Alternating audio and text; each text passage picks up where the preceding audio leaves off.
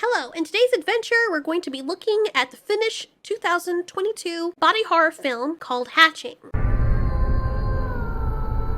Ilja is part of a very happy family, with her demanding mother, aloof and gentle father, and little brother. While her social media addicted mother is putting up a story, they hear something fly into the glass. When Tina opens the glass, a bird flies in, a little crow who is injured. The bird causes a mess, and after a while of not being able to catch it, Tina finally catches it under the blanket. She holds it very gently. Aww. If it were me, that would have been my new best friend.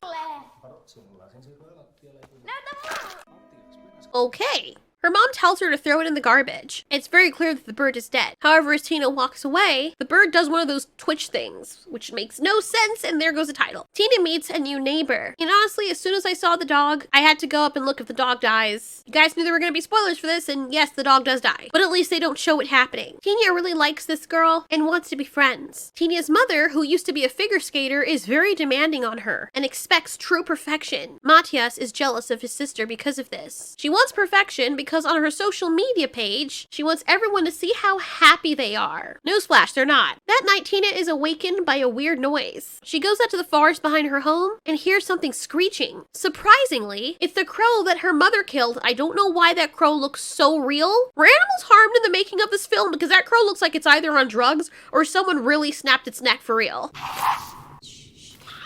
Sad that the bird is too injured, Tina does the one thing that she believes is the right thing to do. The bird is suffering, and there's nothing she can do to help it. Its neck is broken. I don't think surgery is going to fix that. So she takes up a rock so she can put the crow out of his misery. It's very sad.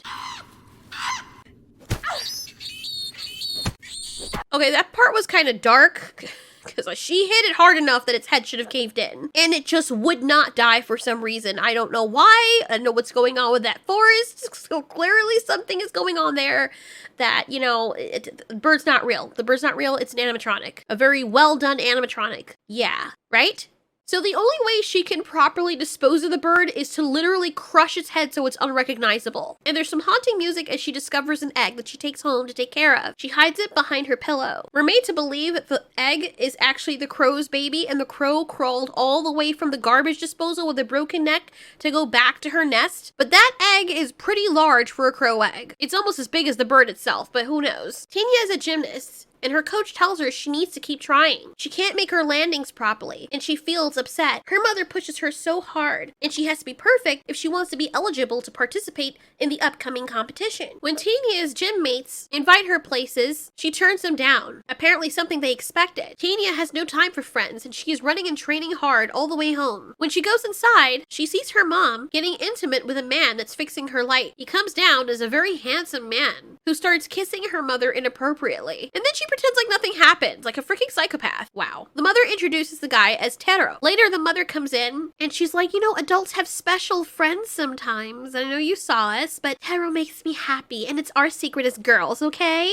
That night, Tina checks on her egg that seems to be a little bit bigger. Her mom keeps going away for the weekends, and when she returns, it's clear that she doesn't love her son as much as she loves her daughter. Her husband seems completely unaware that his wife is cheating on him. But when Tina tries to talk to him, he just seems closed off and seemingly very sad, like he doesn't know how to talk to his daughter, or he doesn't want to talk to anyone. Tina's egg has gotten bigger. At her gym practice, Tina is still getting there. Her mother cheers her on. Tina is happy to see that her new next door neighbor and friend Rita is also in the same class. The gym teacher asks Rita to do her showcase, and when Rita performs, she is loads better than Tina and is steady with her landing. Tina is conflicted because she likes Rita, but she also knows that Rita can take her spot as there's only one spot left. After everyone leaves, the mother forces Tina to continue trying again and again and again and again. Tina has trained so hard that she has blisters on her hands. Tina's mother is obviously projecting a lot of her anal behaviors onto her daughter, and she doesn't give up until Tina finally makes her landing. Even still, her mother is telling her how to be absolutely perfect. While her mother makes a good coach, Tina is feeling the stress because it's as if her mother has forgotten her primary job. being a mom. That night, Tina plays with her egg. It's like the only thing she has to look forward to, and as it glows under her fingertips, it's obvious that there's some element of magic about this little bird. Later, Tina's mother tells her about Taro, how Taro makes her so happy. This makes Tina very sad, but she tries not to show it. She loves her father. The egg, like, quadruples in size for some reason. It just grows bigger and bigger, and as Tina cries on her egg, it sucks in her tears. And then it starts to hatch. It's at this moment that Tina doesn't think that this is a little cute little animal anymore. Obviously, since the egg is bigger than she is. She gets paranoid, and what makes it worse is what comes out as it hatches. Tina hides from the atrocity, but it finds her in the closet, and then it jumps out the window when it hears Tina's father run up the stairs after hearing her scream. She tells the father that a bird flew in, a really big bird. Later the next night, she opens the window after she hears a scratching, and it's a little bird baby thing. It's creepy because it looks like it's part human and part bird. Pretty soon, Tina realizes the bird is just a baby, and it thinks that Tina's his mother. It shows her the glass wound. She pulls it out, and when she covers her face, the bird creature does the same thing. Somehow, the bird and her are linked. She realizes this is her baby now. Realizing that the baby stinks, she gives her a bath. And as ugly as this thing is, it's kind of cute as it blows bubbles in the bathwater. She later names the little bird creature Ali. That night, when the next door neighbor's French bulldog Rosie is barking, Ali wakes up, feeling the same annoyance that her mother feels, and she does something about it. She jumps out the window and kills the dog. The next morning, Ollie wakes up her mom and tells her she brought her a present. When the bird turns her face in the direction she wants her to look, she sees a decapitated dog lying in the bed next to her. After throwing up, she sees Ollie licking it up. Oh, God. Tina buries the dead dog. She feels horrible, and Matthias, her little brother, saw her do this. Tina snuggles next to her baby. When her father comes in and tries to ask her why she wouldn't let her little brother use the bathroom last night, she can't tell him that she was baiting this bird creature, so she just denies it. Ollie knows to stay very quiet. When the father sees blood on her bed, thinking that she has her period, with her being 12, he's like, on second thought, never mind. Next day, Tina goes to buy bird food. She's met by Rita, who is now popular with the friends that used to try and invite Tina to come play with them. The friends all think that she's weird, but Rita still likes her and offers to walk her home. I really like Rita, and even though we don't know much about her, she's the kind of character that I don't want anything to happen to. She asked Tina to help her to put up the flyers about Rose, her cute little dog. When the mother buys something for Tina after her trip, Matthias, her little brother, is very sad because he's wondering what his mom brought for him, and she says she didn't get him anything, which is so messed up. Like, you have a whole other child, and you just neglect him for no reason. You didn't even give him something small. The mother's an asshole. Feeling vindictive, he drops the dead dog's body on the table, and the towel slips off so the parents can see that the head is missing. He says this is the neighbor's dog who's been putting her posters up everywhere.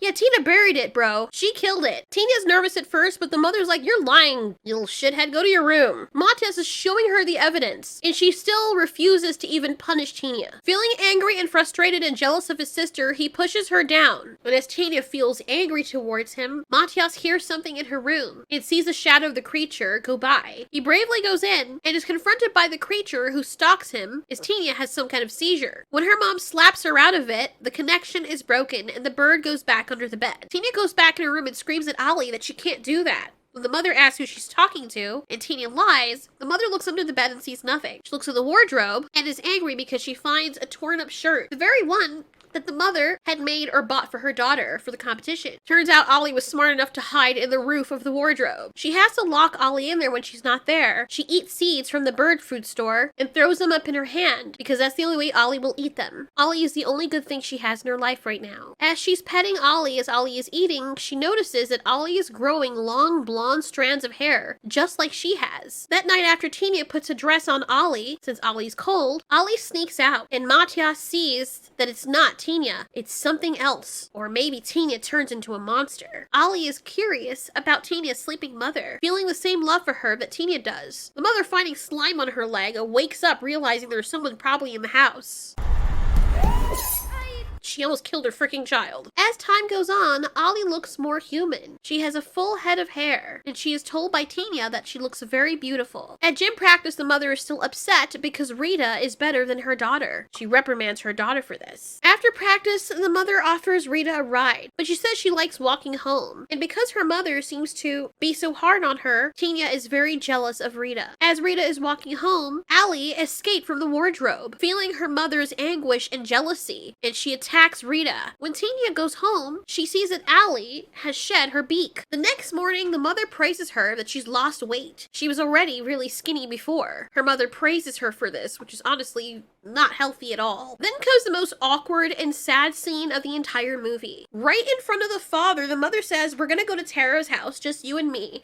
And the father has to sit there and smile like nothing is happening. After the mother leaves the room, she's like, you good? Your wife just told you that she was taking me to another man's house that she's been seeing? The poor broken shell of a man just says, "Well, Taro's a good man. Your mom's always been strong-willed, and that's what I love about her. You know, it's easy being with someone like that because she knows what she wants." Yet clearly that's not you. And then he says Taro's a good man, a good person. They go to Taro's house, and Taro is obviously much better looking, but he's also a widower. He has a baby girl. The mother apparently died during childbirth, and she praises this little girl like it's the most precious thing in the world. We all know if this woman ends up raising this child, she's going to damage the child just like she did her daughter. Because they have a strong connection, Ollie finds her mom, and Tina lets her in to sleep with her. She tells her that everything's going to be okay. The next morning, Tina starts scarfing down the food. Tara realizes that the child has been starving. Tina's mom gets a call that Rita has been injured. Thank goodness she's okay, but her face is all messed up, and she obviously cannot take part in the competition. When Tina goes home, more so to Taro's house, for the first time, she screams at Ali and raises her hand to hit her, but instead, she hits herself. Doing this causes Ali to be hit as well, because they're connected. As Tina keeps doing it, Ali stops her and brings her in to hug her, comforting her the same way that Tina would comfort her when she was upset. It's sad because Ali is still an animal and doesn't know any better, and Tina is frustrated and loves Ali because Ali is a part of her. The next morning, when Tina wakes up, she's surprised to see that Ollie looks exactly like her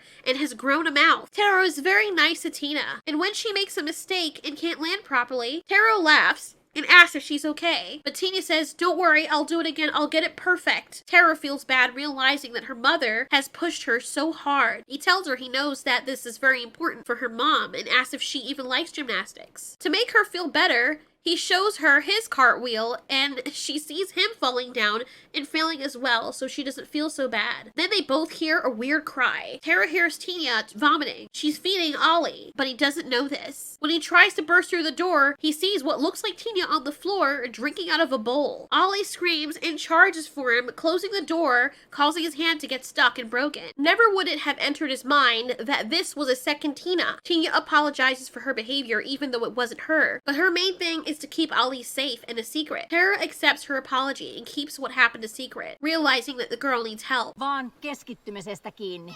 Tara witnesses firsthand how domineering and anal Tina's mother is, constantly pushing her to be perfect and stressing her to the max. When the baby starts crying, the mother blames the noise on Tina. Tina goes to the competition with her mother. Tara says they need to talk, preparing to tell her that she's probably being too hard on her daughter. But the mother just says that they'll talk later. While at the competition, Tina can see through Ollie's eyes that she's trying to hurt the little baby. But right before Ollie can attack the baby, Tina knows that she has to do something to prevent this from happening. She does the only thing she knows how to do, fall onto her wrist. The pain causes Ollie to drop the hatchet. When Taro comes in, he sees Tina, or what he thinks is Tina, leap through the window. Thank goodness the baby's okay, and he knows Tina was trying to hurt her. When Tina and her mother come back, Tara tells her, "I don't know what's wrong with your daughter or with you. I don't want to ever see any of you again." The mother packs her things, and Tina feels bad. When she tries to comfort her mother loses her shit. Looks like the mother really needs some help too. Okay then. She asks Tina why she won't ever let her be happy. When they come back from Tara's house, the father's there waiting like a good little wife. Mother doesn't even wipe the blood off of her mouth. She's just like, "It's all good." When Ollie tries to come in, Tina pushes her back out and says, "I don't want you. You're ruining everything." Ollie is sad. And when she looks over, Tina's father's standing there perplexed as to what Tina is doing down here. The mother can't even make her fake little videos because she realizes that she's unhappy. Tina takes a bath after her mother angrily says that she smells bad. I guess her mother came came back to kind of help her out and sees Tanya in the closet. The real Tanya is in the bathroom brushing her hair while she's hearing her mother talk to the fake Tanya, aka Allie, in the next room, not realizing that that thing is not her daughter. She says, "How can you be so disgusting?" As she tries to groom her, she is ripping the tangles through her hair. Why is she combing her hair like that? Oh my god, I got so much anxiety watching that. She is literally combing the tangles down from the root of the hair to the ends. Do you know how painful that is? Not to mention bad for your hair. As a mother is pulling a tangle instead of like a normal person trying to carefully untangle the hair, she just pulls and pulls until a huge blob of skin comes away with hair. Allie does not like that. But instead of attacking her, she hugs her, feeling the same love that Tanya feels for her mother. The mother tries to get Tanya off, but as Tanya tries to hold on tighter, this not actually being Tanya, but being Allie digs her claws deeper into the mother. Tanya comes in and tries to pull Allie off, and the mother's face is the funniest thing in the entire movie. Thinking that this is her daughter, and then seeing her actual daughter come in, trying to get this one off of her, and she's like, what? Finally, the cat's out of the bag, or the bird human is out of the bag, or whatever. Mother is so confused. As Allie tries to attack the mother again, Tanya goes in front of her and tells her to go away, that she doesn't want her. This breaks Allie's heart, and Allie takes off. But not before emitting a spine-chilling cry that bursts her mouth open and splits the seams. Because she's still part bird, you know. The mother's face is hilarious. So at that point, Tanya has to tell her mother, so I have something to tell you. I hatched it, and that's what was causing all those issues. And it's kind of messed up because she blames absolutely everything on Allie. Mä vaan haluaisin, että sitä ei enää olis. Why does Finnish sound like High Valerian from Game of Thrones? That's what it puts me in mind of. Doesn't it sound Valerian? Anyway, despite all of this, the mother comes and says, "My beautiful daughter." And this is the only time in the entire movie that we see the mother actually be a mother to her daughter. Mother does what she does best and prepares to kill. She arms her daughter with a knife as well, which is very smart, because if something happens to the mom, you want to know that the daughter has a tool to defend herself. But obviously, Tanya is having misgivings, because after all, Allie is kind of her baby. The mother tells the husband and the son that there's something that looks like Tanya, but it isn't. Of course, the little boy is so happy, because he's like, "See, I told you, I was right." The mother admits, "Yes, Matthias, you were right." And Matthias is so happy, because for the first time, people are taking him seriously, and his mother is telling him, giving him credit for something. These poor children are starved for attention. The father just stands there and does nothing. When Tina's mom goes into the wardrobe to look, she doesn't realize that Allie can hide in the ceiling part of the wardrobe. When Allie starts to fight Tina's mother can't get a handle because she's stronger than this mere human. When Tina's mom is about to stab it, Tina cries out. The mother drives the knife in the leg, which causes Tina to limp in pain. This guy is such a freaking coward, bro. Like, you are the... Never mind. The mother's like, "Good, it's wounded. Now we can kill it." But as Tanya sees Allie lying there, crying, her motherly instincts switch back on, and she jumps in front of her mom, who ends up stabbing her instead, by mistake. This must be absolutely horrifying, because the mother didn't mean to do this, and Tanya dies. As she dies, Allie is crying, with her mouth open, and Tanya's blood falls into her mouth. The father and brother rush in, just in time to sadly see that the daughter and sister has passed away. Now, with some more of Tanya's DNA, the mouth is fully formed and healed. Ollie's eyes are also fully formed as well, and no longer have that animal glow to them. The mother is crying depressed until she hears somebody call her name in a guttural way. As she looks up, she sees the new Tanya standing up in triumph, like, "Yes, I am now your daughter!" Sorry, that was so cringe. And the mother does nothing, so I guess she's like, "I can't lose one daughter, I gotta..." Well, there's another one right here waiting, so I guess. And that's the movie. I don't know what that thing was. Is it a harpy? I have no idea. But it was very sad, and respect for them killing off a minor, because that rarely happens in movies nowadays. Thanks so much for watching. This has been Ultiori. You ask, we answer.